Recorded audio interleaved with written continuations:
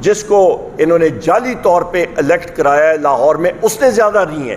مطلب آپ خود اندازہ لگا لیں خواتین و حضرات کہ نقل کے لیے بھی عقل چاہیے، پر بدقسمتی سے عقل کا فقدان ہے۔ اس کے ساتھ ساتھ میں یہ بھی کہتا چلوں کہ ہمارا آگے کا لائے عمل انشاءاللہ تعالی ہماری الائنس تحریک تحفظ آئین پاکستان، ہمارا ایک پوائنٹ ایجنڈا پاکستان میں آئین اور قانون کا تحفظ، فیصل آباد سے انشاءاللہ تعالی ہم لوگ آغاز کریں گے۔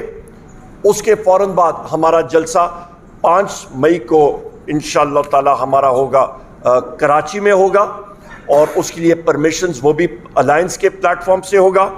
اس سے پہلے ہم لوگ یہاں پہ پورے پاکستان کی صوبائی اسمبلی کی سیٹوں پہ پورے پاکستان میں اس جمعے بعد جمعہ ہمارا جمعے کے وقت ہمارا پورے پاکستان میں جتنی صوبائی سیٹیں ہیں ہمارے کینڈیڈیٹس ہیں، ٹکٹ ہولڈرز ہیں، ہمارے جو کینڈیڈیٹس الیکٹ ہوئے ہیں چاروں صوبوں میں ہم لوگ ایک مظاہرے کی کال کا اعلان کرتے ہیں اور وہ بھرپور طریقے سے ہوگا۔ ریلیز نکالیں گے۔ فیصل آباد کا انشاءاللہ تعالی جلسہ وہ بھی اس کا بھی ہم لوگ اعلان کر رہے ہیں، جس کا بھی میں نے ذکر بھی کیا ہے، اور اس کے ساتھ ساتھ ہم نے گجرات میں بھی ایک شاندار جلسہ وہ بھی ہماری الائنس کے پلیٹ فارم سے ہوگا، جس کا اگلے چند دنوں میں آپ کو تاریخ دی جائے گی۔ اسی طرح آپ کے جنوبی پنجاب میں، آپ کے شمالی پنجاب میں، یعنی کہ اس ایریا میں پنڈی کے علاقہ اور گردنواں میں یہاں پہ ہم لوگ کریں گے، اور سینٹرل پنجاب کے علاقوں میں ہم لوگ یہ جلسے کا انعقاد کریں گے۔ اس کے ساتھ ساتھ کراچی کے بعد اور اگلے آنے والے دنوں میں ہم لوگ اندرون سندھ میں بھی جلسے کریں گے، اور اس کے ساتھ ساتھ کے پی کے میں بھی وہاں پہ بھی بھرپور ہمارے جلسے ہوں گے۔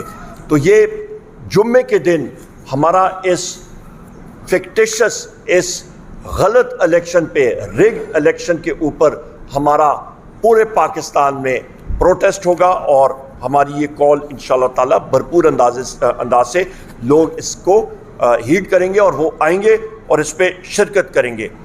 خواتین و حضرات، میں یہاں پہ یہ بھی کہتا چلوں آخر میں کہ یہاں پہ جس وقت ہم لوگ بات کر رہے تھے پولیس کے وہاں پہ اہلکاروں سے، اور ان کا ایک بار پھر میں نام لے لوں کہ آپ کی یاد دہانی ہو جائے، یہاں پہ آپ کے ایس پی انویسٹیگیشن محمد ریاض، ڈی ایس پی اسد اسحاق، ایس ایچ او راجہ احسن، ایس ایچ او امیر عباس، انہوں نے خود اس چیز کا اعتراف کیا کہ مختلف ایجنسیز کے لوگ یہاں پہ پھر رہے ہیں اور وہ الاؤ نہیں کر رہے لوگوں کو اندر جانے کے لیے، انہوں نے رستہ روکا، اور وہ انٹیلیجنس ایجنسیز جو پاکستان میں آپریٹ کرتی ہیں ان میں ایک ہے انٹیلیجنس بیورو، دوسرا ہے اسپیشل برانچ، تیسری ہے فیلڈ انٹیلیجنس یونٹ، چوتھی ہے ملٹری انٹیلیجنس، پانچویں ہے I S I inter services intelligence.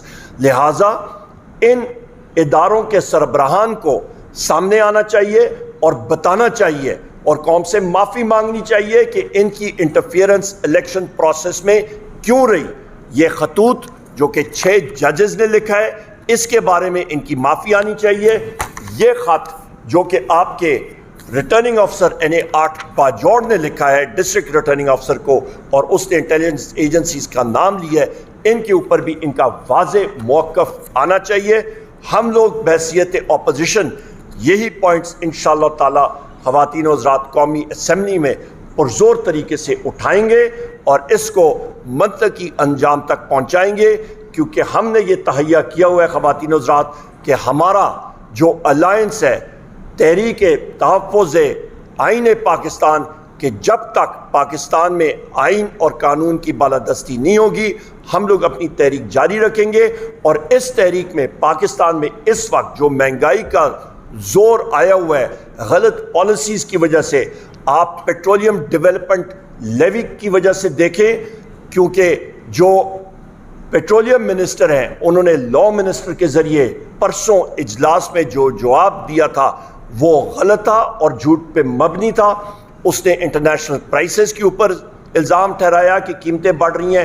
یہیں پہ پریس کانفرنس نے ہم نے پروو کیا تھا کہ حکومت وقت نے IMF کے ساتھ معاہدہ کیا ہوا ہے کہ پیٹرولیم ڈیولپمنٹ لیوی 870 ارب روپے انہوں نے کلیکٹ کرنی ہے، جمع کرنی ہے، اور وہ ٹارگٹ تجاوز کر کے 970 ارب روپے پہ لے گئے ہیں.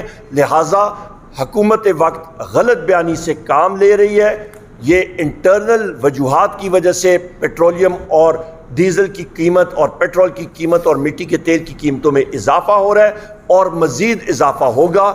بجلی کی قیمت آپ کی یاد دہانی کے لیے تحریک انصاف کی حکومت کے وقت 17 روپے یونٹ تھی, آج 85 روپے یونٹ ہے. لوڈ شیڈنگ زور و شور سے شروع ہے, لو وولٹیجز شروع ہو چکی ہیں. بجلی کی قیمت 85 روپے کو ٹچ کری ہے اور 100 روپے تک جائے گی. گیس کی قیمتوں میں 4 گنا اضافہ خواتین و حضرات ہو چکا ہے. لوگ اپنے میٹرز واپس کر رہے ہیں. بے روزگاری انتہا پہ پہنچ گئی ہے. عوام پس رہی ہے. نوجوان جو ہے وہ بالکل دل برداشتہ ہے. پاکستان کے سیاسی اور اقتصادی حالات ٹھیک نہیں ہیں. حکومت کے پلانز کہ وہ یہاں پہ پرائیویٹائزیشن یا نجکاری کریں وہ کھوکھلے وعدے ہیں, کیونکہ جس ملک میں اس طرح کے بھونڈے الیکشن ہو, جہاں پہ آئین اور قانون کا فقدان ہو, وہاں پہ کوئی بھی شخص آ کے انویسٹمنٹ کرنے کے لیے تیار نہیں ہوتا. بہت شکریہ جی.